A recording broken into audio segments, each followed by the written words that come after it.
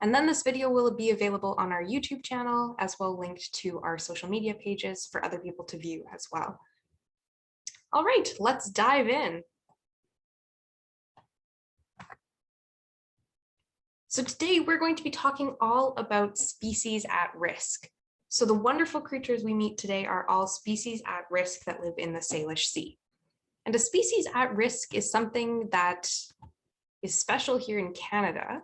So we put different animals into different categories based on how many of them are left, how their populations are doing, things like that.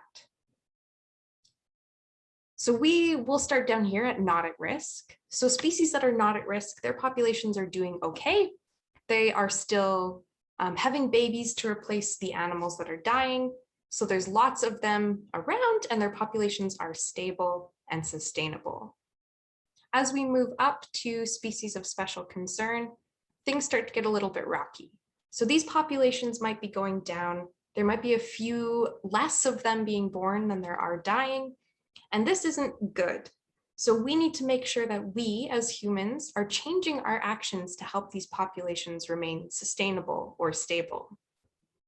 Moving up to threatened and endangered, these are increasing levels of risk that these animals are at. In these two categories, without human intervention, these animals are on a sure path to extinction. So human intervention is actions that we can take to help these animals to increase their populations, to have safer spaces to move around and to find their food. Extirpated is an interesting word that is pretty new to me as well. If you've never heard it before, that's okay. Extirpated means that these animals are completely gone from a specific area. So an example that I like to use is the sea otter. So during the fur trade, the sea otter was extirpated from Canada. So because of its awesome fur that's really thick and waterproof, these animals were highly prized as a fur that people could use to make hats or clothing. But unfortunately, so many of them were killed that there were none left in Canada. The good thing is there were some left in California and some up in Alaska, and this allowed the populations to recover once the government put in place some restrictions that prevented people from hunting the sea otters. So now their populations are of special concern, so they're definitely making a comeback, but they do still need help from humans like us to make sure that they can continue thriving. At the very end of our spectrum here is extinct. And this is what we want to prevent animals from becoming.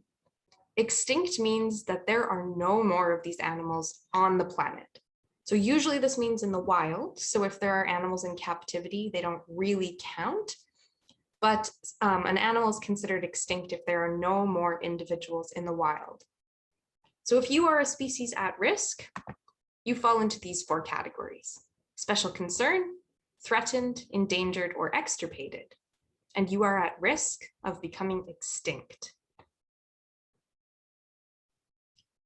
So today we're going to be talking about this wonderful land mass that so far all of the people who I read in the comments do live in Canada. And we're going to be talking about a very wonderful biodiverse region of Canada that you can see down here in the red square. And this is the Salish Sea. So the Salish Sea is amazing. It is made up of a whole bunch of inland marine water. So nice, salty, oceany water in the Strait of Georgia, the Strait of Juan de Fuca, and Puget Sound down in Washington. But it also encompasses all of the rivers flowing into these inland marine waters. So all of these wonderful rivers that you see in both British Columbia and in Washington are part of the Salish Sea. And this ecosystem is really diverse. So the animals that we're talking about today can all be found or have historically been found in abundance in the Salish Sea. So I'm going to give you a very quick snapshot of what these four animals are, but I'm also going to play a guessing game with you as we proceed through our PowerPoint here today. So I don't want to let you linger on this slide too long. All right.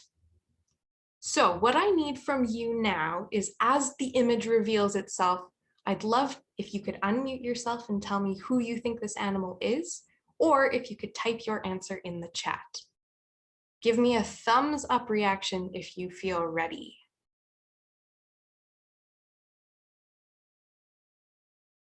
Oh, excellent. I'm seeing some thumbs up. Here we go.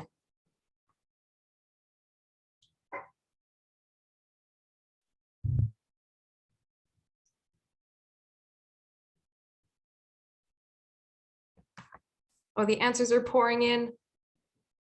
Excellent, excellent. So far, so good. Orca. Cool. So this is an orca or a killer whale, but this is a very special type of orca. This is a southern resident killer whale. And these are the ones you're most likely to see if you are seeing whales in the Salish Sea, or seeing killer whales in the Salish Sea. So these animals are fantastic. They have their own unique culture, their own unique language, different from all other killer whales. They're considered an ecotype of killer whale based on what they, or where they live, what they eat, and the culture that they have as well. Some really cool facts that I think are worthy of sharing about the southern resident killer whales are that they are the biggest of all dolphin species. So this applies to all killer whales, not just the southern residents in general, but killer whales are a type of dolphin, which is pretty interesting. They can live an average of 50 to 80 years, but there have been some known to live a little bit longer than that. We'll touch on that in a few minutes. They can weigh up to 10,000 kilograms. So that's pretty heavy, and they can be up to 10 meters long. And they can eat up to 100 kilograms of food every day. Unfortunately, there are only 73 southern resident killer whales left in 3 pods. So in pods J, K, and L. So this animal is endangered. So this is the highest level of risk before extirpated. So these animals are at a distinct risk of becoming extinct. So they definitely need our help. The southern resident killer whales are exceptionally fond of Chinook salmon. So this is their very favorite food source. Their grandmothers, or the matriarchs of their pods, teach them that Chinook salmon is a healthy food source for them to eat. It doesn't often contain spines that could hurt their digestive system, and usually it's found in the Salish Sea in abundance. The numbers of Pacific salmon and Chinook salmon in specifically are dwindling though. So that's definitely playing into the fact that these animals are becoming a species at risk, or are a species at risk and becoming more at risk of extinction. Okay, so I have a few trivia questions for you. And the way this is going to work is you can type your answers, or you can shout your answers out by unmuting your microphone if you'd like. I will share the answers to all of the questions for each of the animals at the end of the 3 questions. So there'll be 3 questions about southern resident killer whales, and then I will share the 3 answers, and we will do this for each of the animals we talk about tonight. So it's just a game that you can play either by yourself or out loud on your microphone. But your first question today is, Granny, the oldest known southern resident killer whale, was estimated to have been how old? So how old do you think Granny was?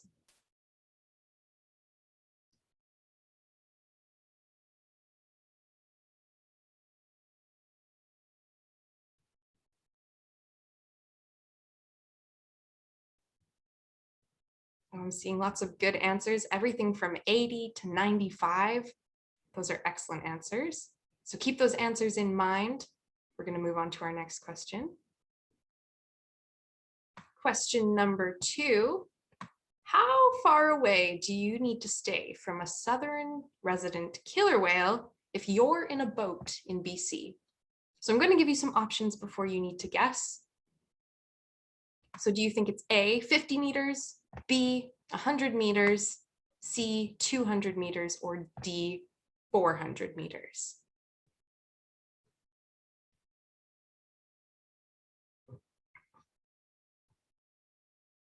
Oh, it looks like we're settling on 200 meters. I think people might know a little bit about staying a safe distance away from mammals in the Salish Sea. Excellent. All right, we'll move on to question number 3 now. What is the species or Latin name for killer whales? So typically we name things with 2 different names, but I'm looking for the species name. So if you can remember just the second part of that 2-part name. Although bonus points if you're like Kelty and you remember both.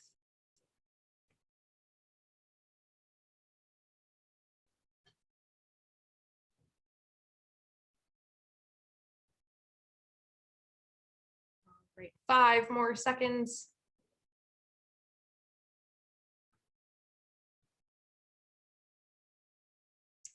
Excellent. So the answers to the 3 questions about southern resident killer whales. First, Granny was approximately 105 years old. So she was the oldest known southern resident killer whale. You all got pretty close. You were all guessing over that 80-year sort of expected lifespan for a killer whale. So excellent job. Question number 2 was a bit of a trick question because there were 2 correct answers. So in BC, you must stay at least 200 meters away from killer whales. But in the southern coastal waters of BC right now, you have to stay at least 400 meters away.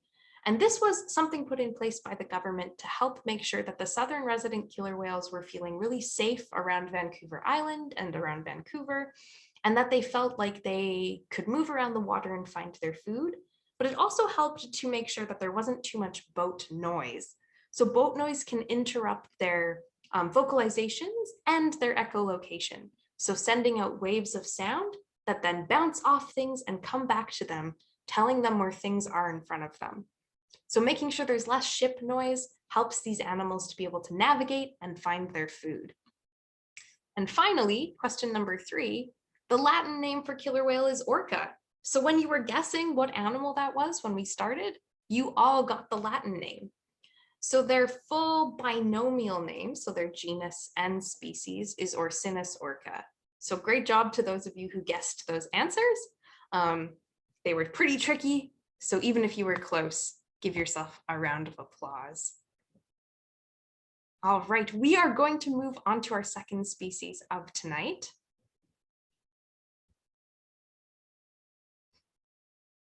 And again, I would love to see your answers in the chat, or if you feel like unmuting, feel free to do that as well. Who do you think this creature is?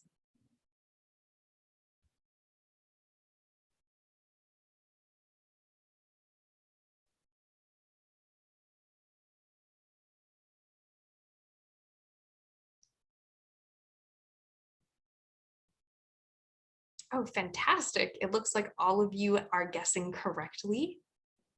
So I'm seeing lots of sea lion in the chat. This is a very wonderful and specific kind of sea lion. Does anyone want to take a guess at what kind of sea lion this is? Oh, good guess, California sea lion. Can anyone think of another type of sea lion we might find, especially here around Vancouver and the Salish Sea? Awesome. We have Stellar in the chat. So yes, this is a Stellar sea lion. And these are an amazing type of animal. So they live around the Salish Sea. They're very noisy. They're called sea lion because of this beautiful mane that grows on the male's necks. So it's lots of blubber and hair, and it makes him look really big and strong. The females are a little bit sleeker. They don't have that nice mane on their neck.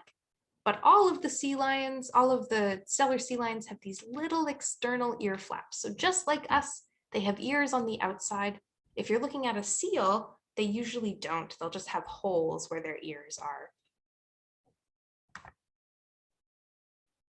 So this, I need to share my sound quickly, but this is a video of what stellar sea lions sound like. I think their roars are so incredible. I just had to share this.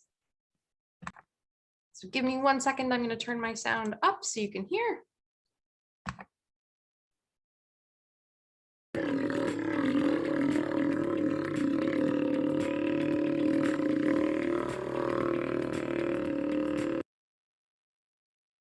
So they make really deep, loud noises because they are, of course, the largest sea lions. So they have to make the largest noise. Oh no, it's going to play again. Awesome. So I'm going to share a few facts that I think are incredible about sea lions. This picture is actually taken by one of our participants today, Elaine. I think it's a really good picture. But some cool facts about sea lions is they have a layer of blubber for insulation. This is super helpful because they are a northern sea lion. So they live up in Alaska, they live here in Canada. Our water is really chilly, so they need that extra thick layer of blubber to help them stay warm in the cold water. They have whiskers on their face, and that can help them detect prey. So kind of like a cat, they use their whiskers to sense vibrations. In the water though, this is really helpful because as they dive down, it gets really dark. So it's helpful to have something other than eyes to rely on to find the food you need to eat. These animals will mate and give birth on land. So even though they spend a lot of their time swimming in the water, they also spend a lot of time on land. And of course, as I said, males have a thick mane on their neck, which helps them get their name, sea lion. So Steller sea lions are a species of special concern. So they are at risk here in Canada, and human actions are necessary to help protect them and to reduce the threats that they're facing. So you can see in this map all of the places that they live in purple. So this is Canada over here with Alaska and the United States. And then over here is Russia. And they live in all of these wonderful cold waters, which is why they need that extra thick layer of blubber. All of these red triangles are places where they come out of the water and they have their babies. They're called rookeries. Okay, so Steller sea lion trivia. Your first question is, if you counted while we were on that map, how many Steller sea lion rookeries or communal breeding sites exist in British Columbia? So feel free again to answer in the chat.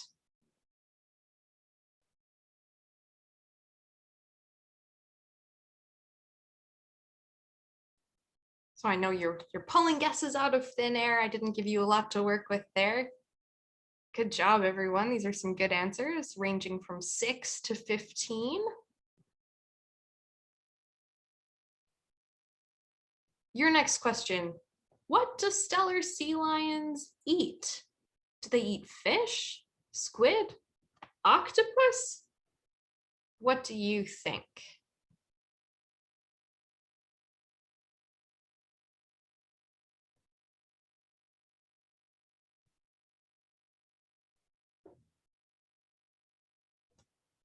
Okay, we've got some guesses for fish.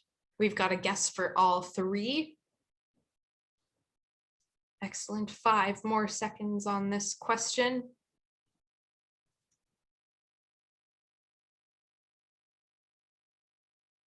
And your final Steller sea lion question for today. What do you call a group of sea lions when they're in the water?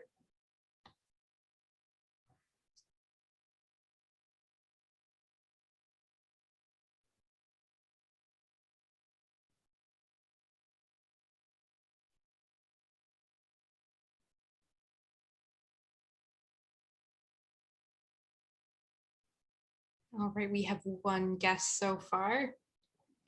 I'll see if anyone else has a guess.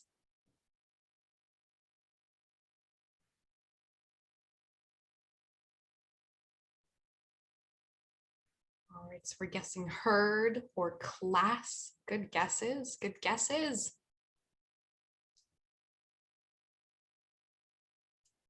All right, I will share the answers. So the correct answers are that there are currently 4 active rookeries in BC for our stellar sea lions. So that's not very many. So we need to make sure that we're taking really good care of these spaces so that the stellar sea lions have places that they can come out of the water and they can have their babies. So stellar sea lions also will eat almost anything. There are over 100 of species of fish that they'll eat, but they do also eat squid and octopus. So good job, all 3 answers are correct. And in the water, a group of sea lions is called a raft. So good job with your guesses. Those are pretty tricky questions. Okay, so we are moving on to our 3rd species for this evening. Again, I'm going to get you to type in the chat who you think this is as the image reveals itself.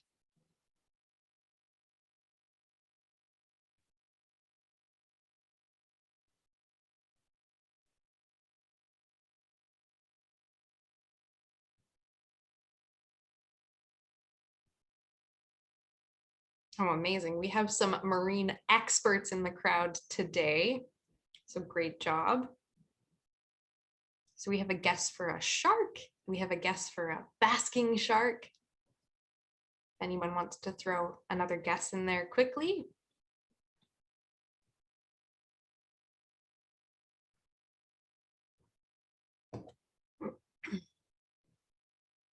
Fantastic. So this is a basking shark. They are one of the strangest animals in the Salish Sea, although that's a bold statement because there's lots of pretty strange ocean animals out there. But I think basking sharks are so cool.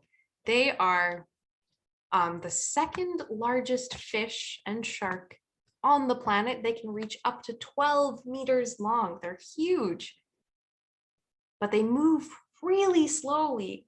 So estimates or approximate speed is about 3.7 kilometers an hour. So that's even slower than the average person walks. And while they're not walking very fast, they're not swimming very fast. They're also not trying to catch prey. So they're filter feeders. So they have in their mouths what's called a gill raker. And this allows them to move through the water, and anything that drifts into their mouth, they can filter it, get rid of the water and eat the food. So they're mostly eating things like plankton or little fish eggs or plants or bugs that are floating in the water. And this all tends to happen really close to the surface. So that's where the sun is reaching, and that's where these little animals and plants are growing. So that's where the basking shark tends to get its food. So they feed on the surface of the water on plankton.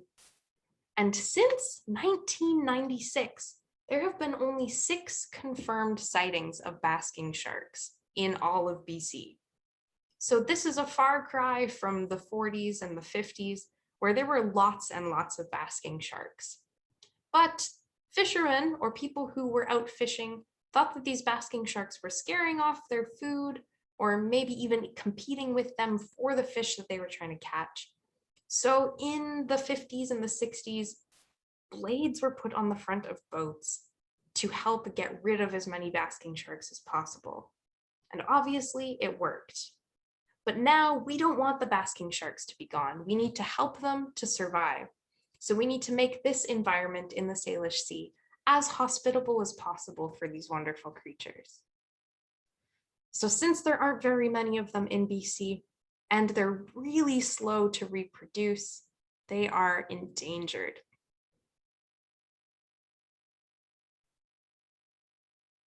So I'm going to play this video for you just so you can see how incredibly strange they are.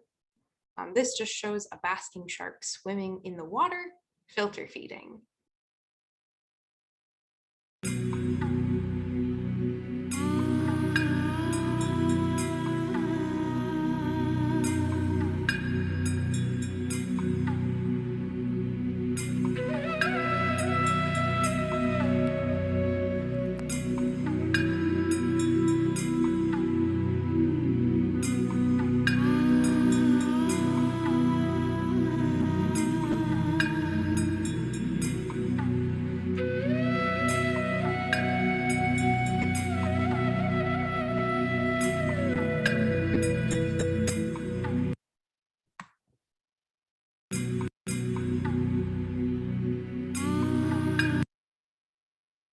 All right.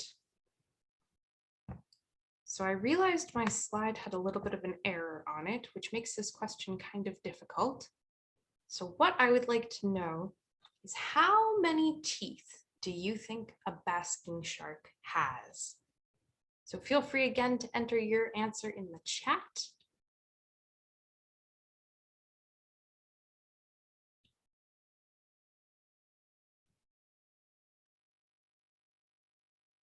All right, we've got some answers coming in. Excellent, excellent.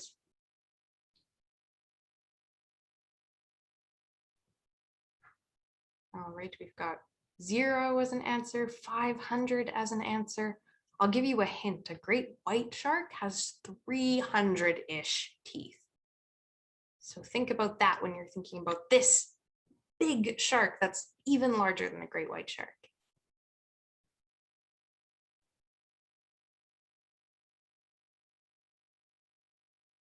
All right, our second question about basking sharks is what percent of a basking shark's body weight is its liver?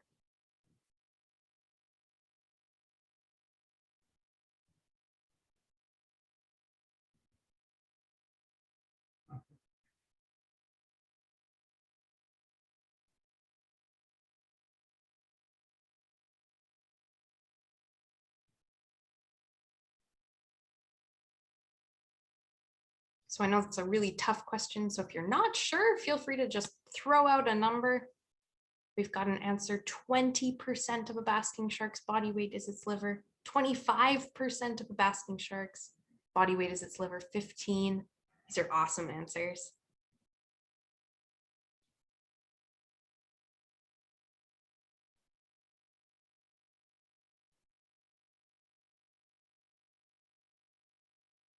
Okay, and one more question about basking sharks is how many liters of water can a basking shark filter through its gills each hour? So I don't know if you're super good at math, but these basking sharks can swim at 3.7 kilometers an hour. Their mouths are really big. I don't know the exact number for how wide they can open their mouths, but think about all of these things while you're sort of calculating how many liters of water passes through their gills each hour.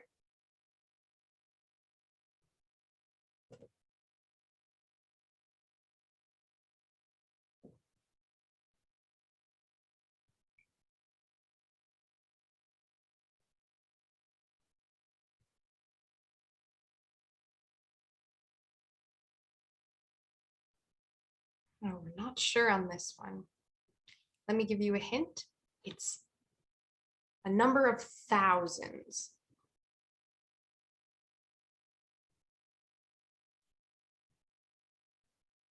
So it's definitely more than 350. Oh, 5,000, 4,500 liters.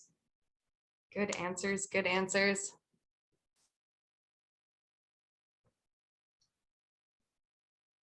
All right, 5 more seconds.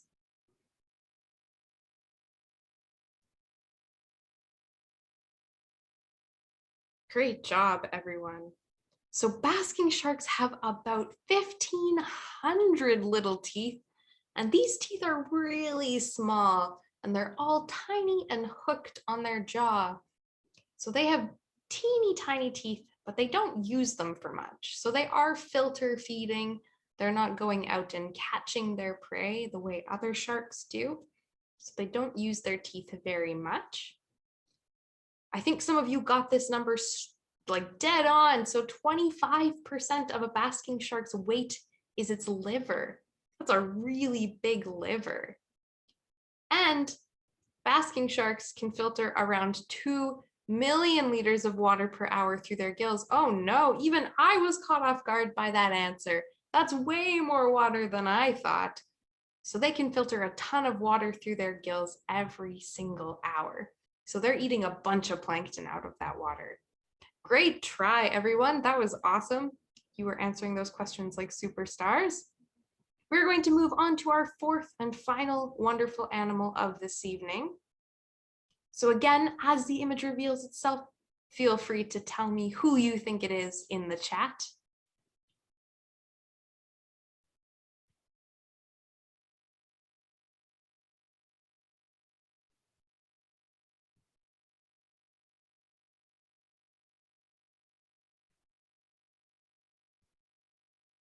Oh, excellent. Turtle, leatherback turtle. Give you 5 more seconds if anyone else has a guess they'd like to put in there. Leatherback turtle, excellent.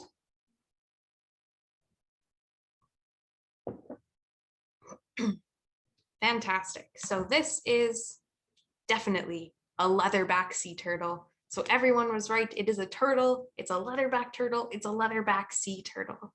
And these turtles are fantastic and surprisingly can be found in British Columbia's waters. So I didn't know that before a few months ago, and I thought that was so interesting. I thought leatherback turtles like to live in places that are really warm, but there's something up here that they think is pretty tasty to eat. And we'll talk about that in a couple of seconds here. But some things I think are really interesting about leatherback sea turtles is that they are the largest species of sea turtle. So they can get really long from the tip of their nose to the tip of their tail, about 2 meters.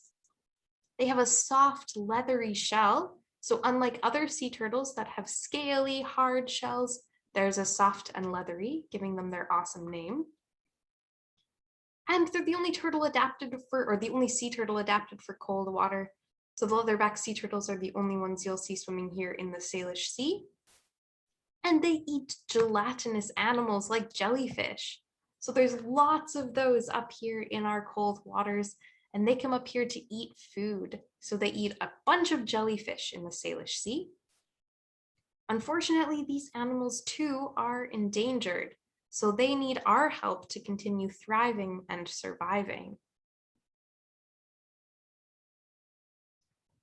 So we'll see if you can answer some sea turtle trivia.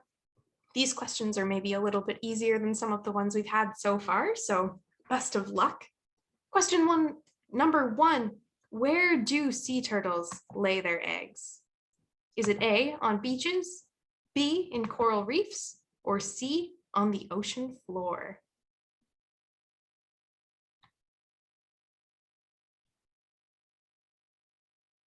Oh, excellent. It looks like everyone is in agreement. We've got quite a few A's for beaches and even a little bit more detail in holes on sandy beaches. So fantastic job. So leatherback sea turtles will, oh, we're not revealing the answers yet. I forgot. I was so excited. We'll see if you can get this question as well. So question number 2, how many eggs does a leatherback sea turtle lay at once? So in these holes on the sandy beaches, how many eggs are they laying?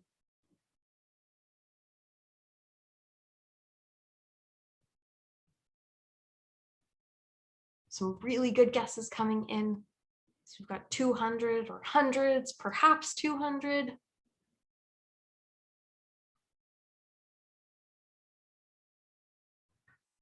All right, 5 more seconds. If you have a guess, you can throw it in the chat.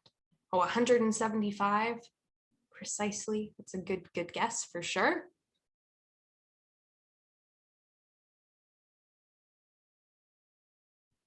All right, and our final leatherback sea turtle question is, how many species of sea turtle are there in the world? Do you think it's A, 3 species, B, 7 species, or C, 11 species?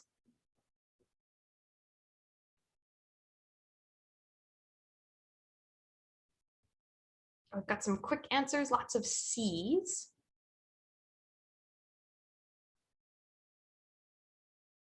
All right, 5 seconds, and then we'll see what the answers are.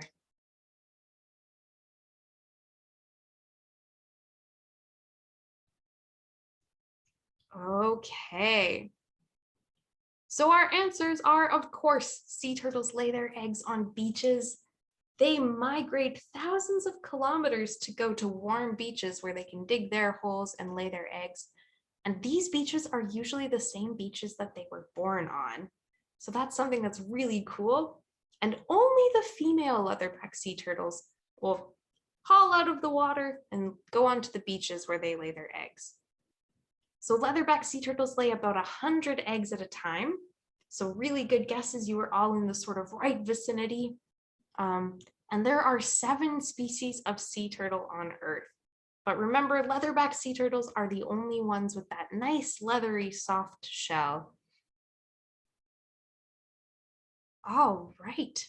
So we learned about 4 really incredible animals that make their home in the Salish Sea for at least part of their life or part of the year. So we learned about the southern resident killer whale, stellar sea lions, basking sharks, and leatherback sea turtles. Unfortunately, we also learned that all 4 of these species are species at risk. So without human intervention, these animals are at risk of becoming extinct. So that's where our other workshops come in.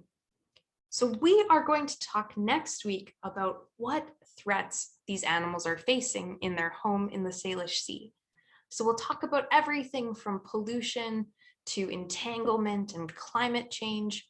And we'll talk a little bit more about what we can do to help reduce these threats that these animals are facing. Between this workshop and our next workshop, I'm going to send a little worksheet out. If you'd like to spend some time filling out that worksheet, you are more than welcome to do that. If that's not really what you're into, that's okay as well.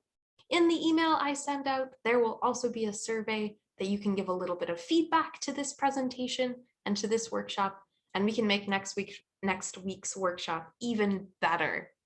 So thank you so much for joining me tonight. I look forward to seeing you all next week. It seems like we have some really eager marine biologists and ocean lovers in the crowd today.